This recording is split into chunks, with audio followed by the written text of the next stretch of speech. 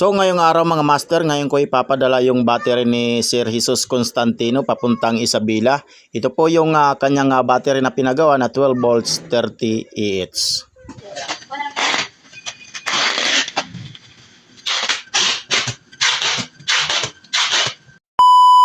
Welcome back mga master. Ngayong araw samahan nyo ako, ipapadala ko na tong battery ni Sir Jesus Constantino.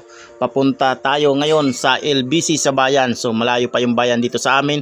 Kailangan pang sumakay ng 2 bisis. So bali nga pala ito ay papadala ko papuntang Isabela galing dito sa Laguna. So kailangan na natin i-prepare ang battery na to. So binabalutan ko lang ng maayos yung kanyang positive at negative para hindi siya mag-shorted, para safety tayo mga ka-DIY. So pagkatapos nito mga ka-DIY, prepare na tayo, papunta na tayo ng LBC. Ayan.